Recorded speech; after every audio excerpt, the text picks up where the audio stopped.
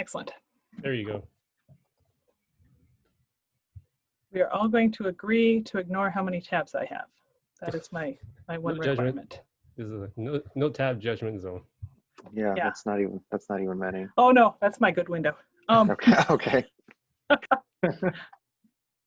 So thank you for inviting me. My name is Heidi Waterhouse. I'm a transformation advocate at Launch Darkly, and this talk I submitted accidentally because I was having a new year. Is really what was going on there. But your hosts picked it because they thought it was going to be useful for you, so I hope you enjoy it. There are some warnings on this, and I don't want you to feel like you need to stay if this is going to be something that's distressing for you.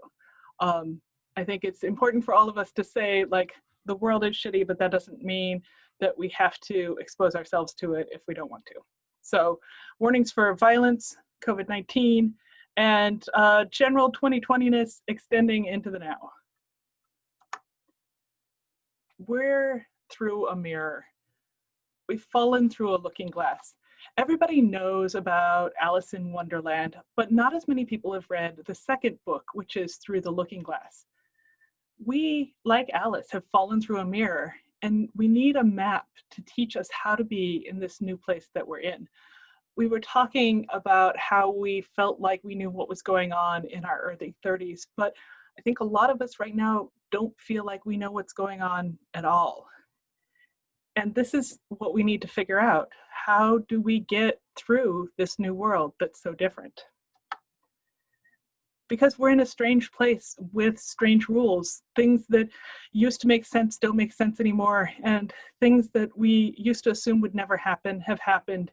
And yet we still have to keep working under capitalism. Like, I can't believe that we have to keep working, but I can't imagine what else we could be doing.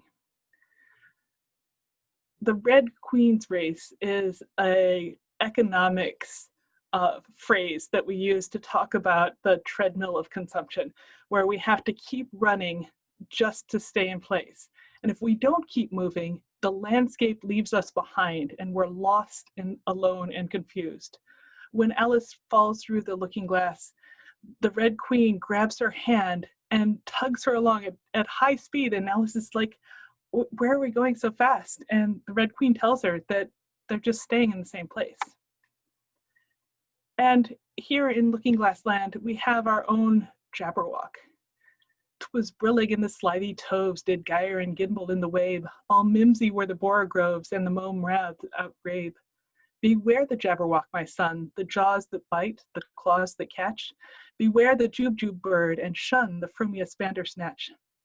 Except now, instead of shunning the frumious bandersnatch, we have to shun the people that we love. We have to stay away from them. We have to, if we love people, not see them. And that seems so backwards and so hard. Like, it makes sense to avoid terrible things, but why would we avoid good things? We have to practice the impossible. To be as pro-social as we can by being as antisocial as we can, to love people by not touching them and being nowhere near them. Every morning, we get up and check to see if we should be wearing our masks for viruses, or for wildfires, or for tear gas. And if that's not impossible things to believe before breakfast, I don't know what is. I can't believe this is what we have. These mirror experiences, these strangenesses are driven by the real world. Alice experiences her kitten's claws as rose thorns, and we experience racism, inhumanity, and fear through our mirror, affecting us in ways we never anticipated, blindsiding us because we didn't know that was even a setting that was going to touch us. Now, you can't give a talk about mirrors without the obligatory mirror, mirror reference. If you haven't seen this Star Trek episode, what happens is through timey-wimey events, the crew of the Enterprise meets their counterpart in a parallel universe. The simplistic reading of this particular episode is that everyone is nasty and brutish when they're not tamed by civilization.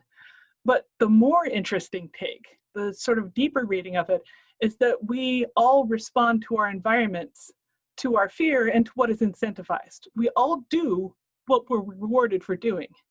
So the twist in this episode is not that Spock has a beard, but that Earth is an empire, not a federation.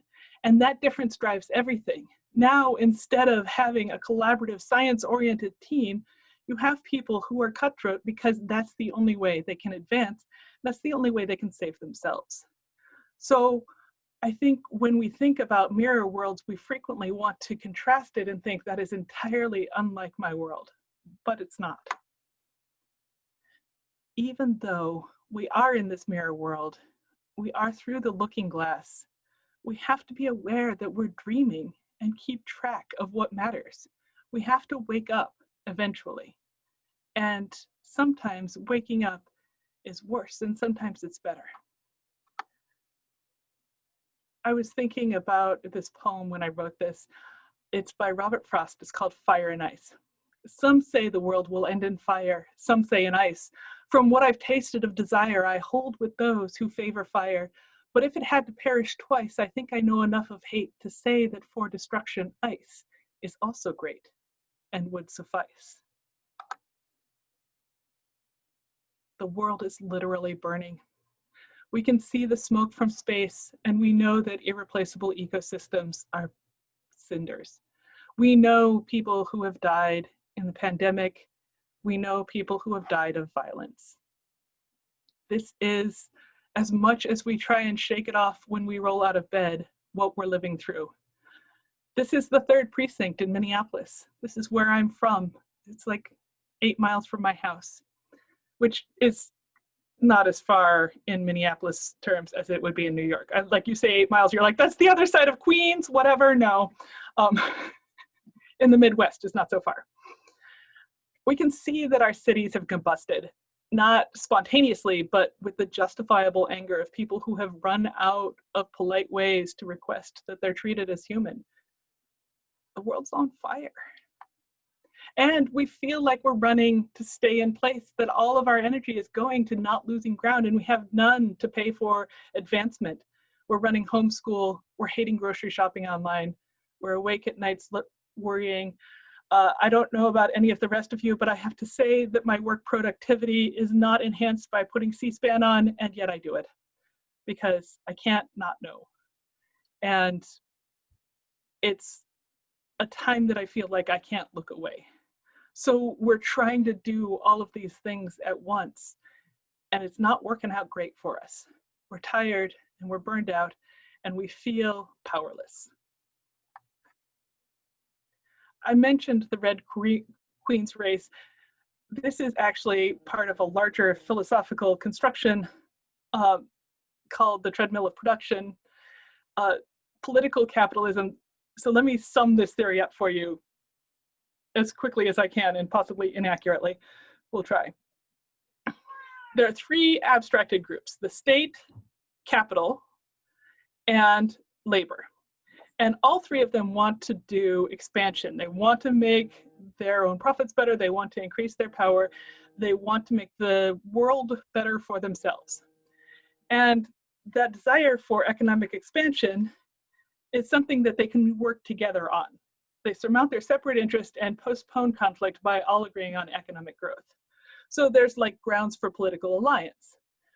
But the acceleration of the treadmill degrades everything that makes the treadmill work properly. If you have this alliance, it assumes that there are infinite resources to feed into the treadmill, and there aren't.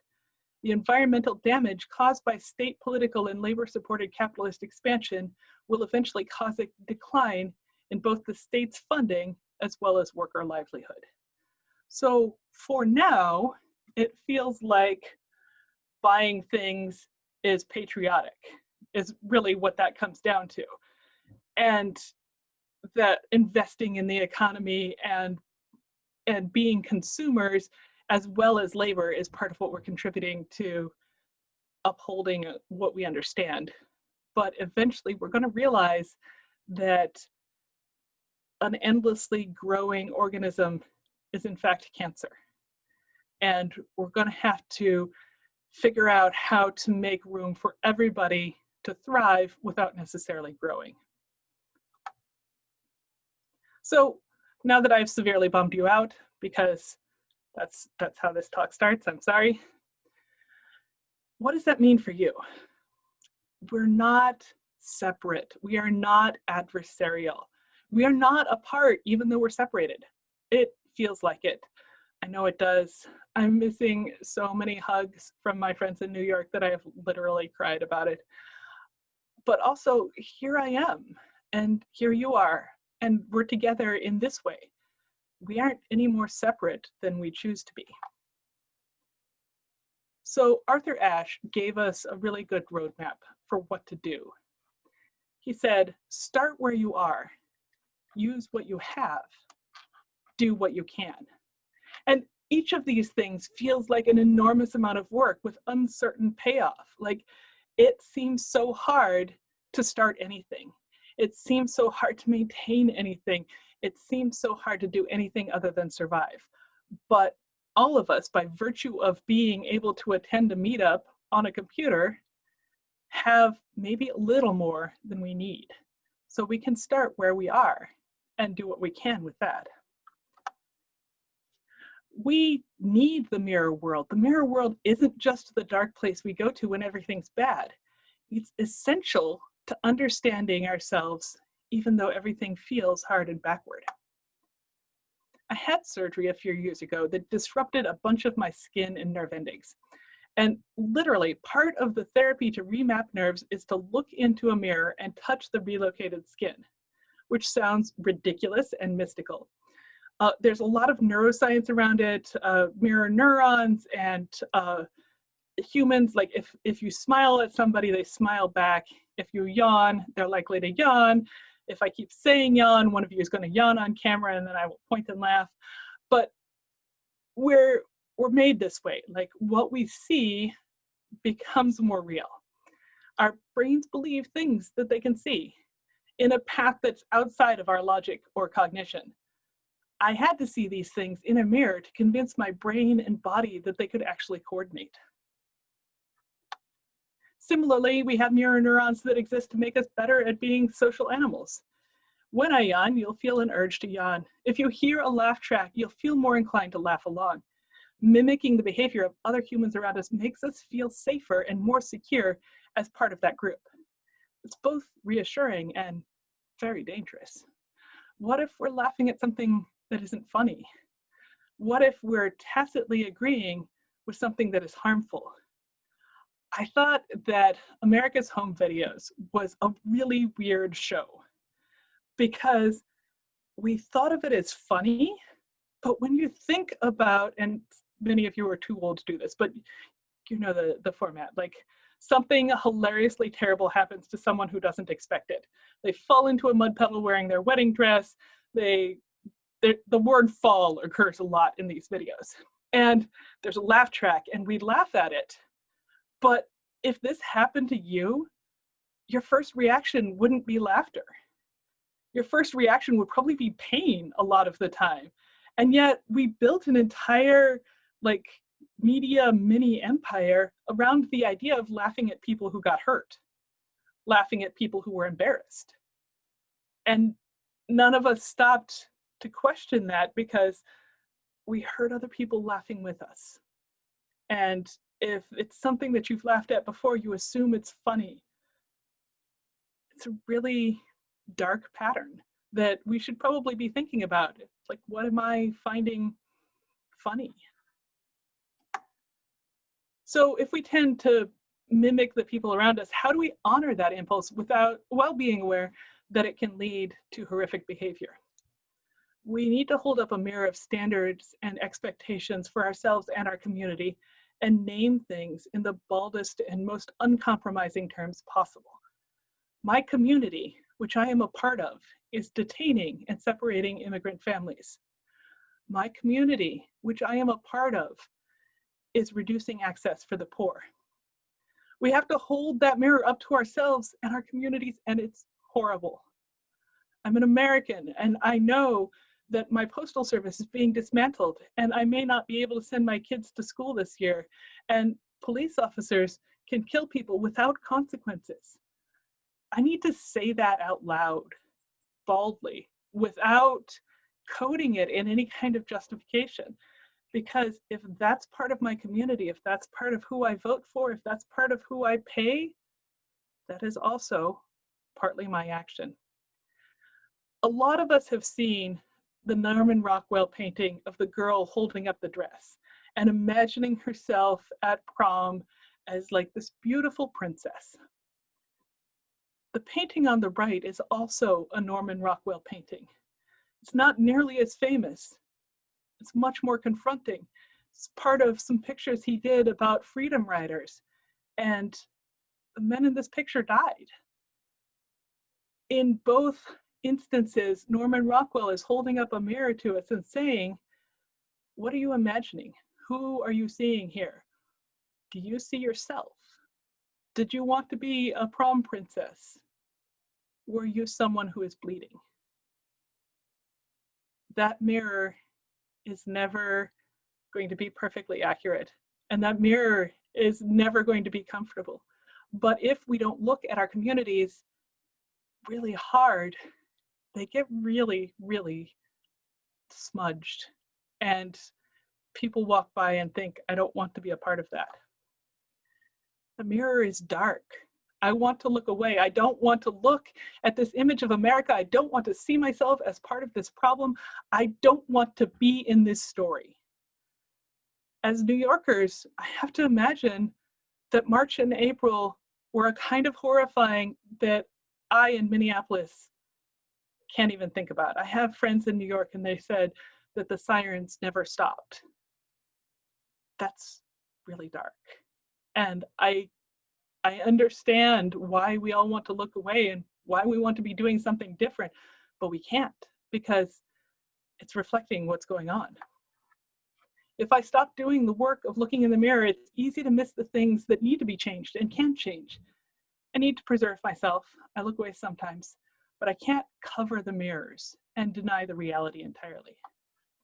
So what's the takeaway? What's the call to action? Now that you feel obscurely bad, what are you going to do? We can't stand still, not technologically, not emotionally, not politically. The world keeps moving. Feeling like our lives are on pause because of quarantine, unrest, or external events is an illusion. Things keep happening even when we're not outside to see them. So we have to practice regular self-analysis. We have to examine ourselves and not assume that we're okay because what we're doing now was enough in the before times. We have to keep learning and iterating. Sometimes things were not the worst problem before, but we've solved the worst problems and now it's time for these other problems.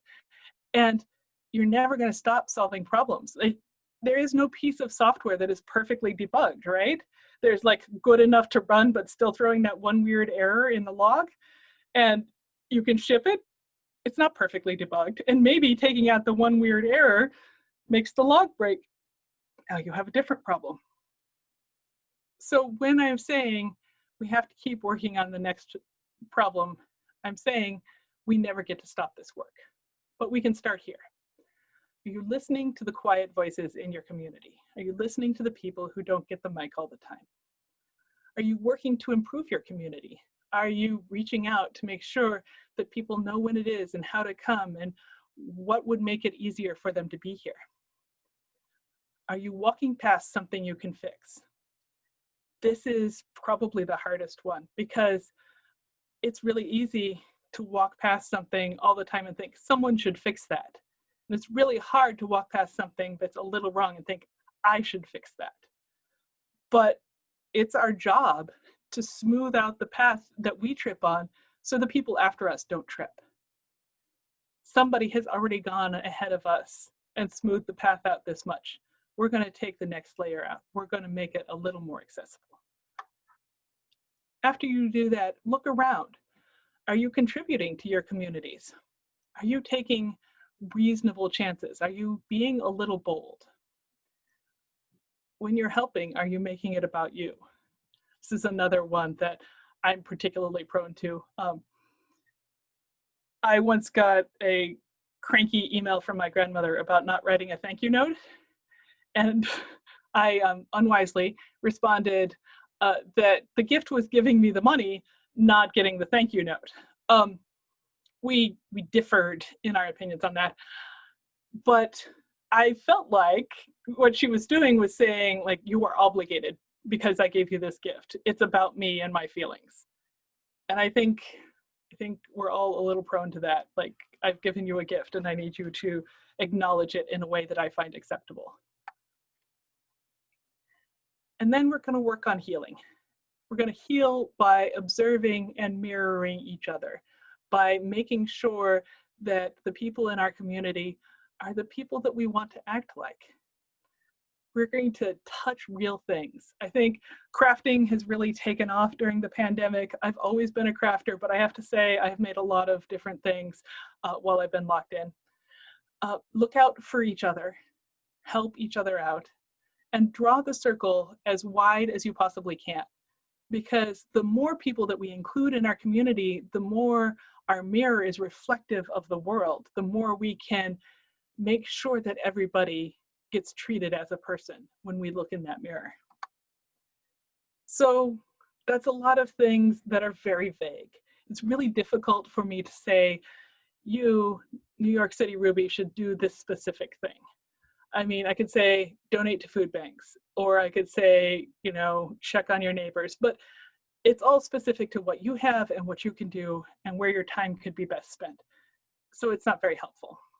What I'm going to tell you is that we are always going to need to chop wood and carry water, whether or not we're enlightened. We're always going to need to do this work of community, of getting along, and of sometimes kicking people out. Because if a community allows everyone to say whatever they want, the people who are vulnerable will leave. This is Karl Popper's paradox of tolerance. And this cartoon is all over the internet right now. Somebody did a little infographic on it. If you tolerate intolerance, eventually you end up with a group that has no tolerant people in it. And that's why it's a paradox. Like, it doesn't make any sense until you watch how group dynamics work over and over again. So when I say take care of your community, I mean take care of people who take care of people. Don't just tolerate someone because they tell you you have to. So if this was too long and you read your email instead, because it's right there on your computer and I know how these things go, quote from Kurt Vonnegut. Hello, babies. Welcome to Earth. It's hot in the summer and cold in the winter. It's round and wet and crowded. At the outside, babies, you've got about 100 years here. There's only one rule that I know of, babies. God damn it. You've got to be kind.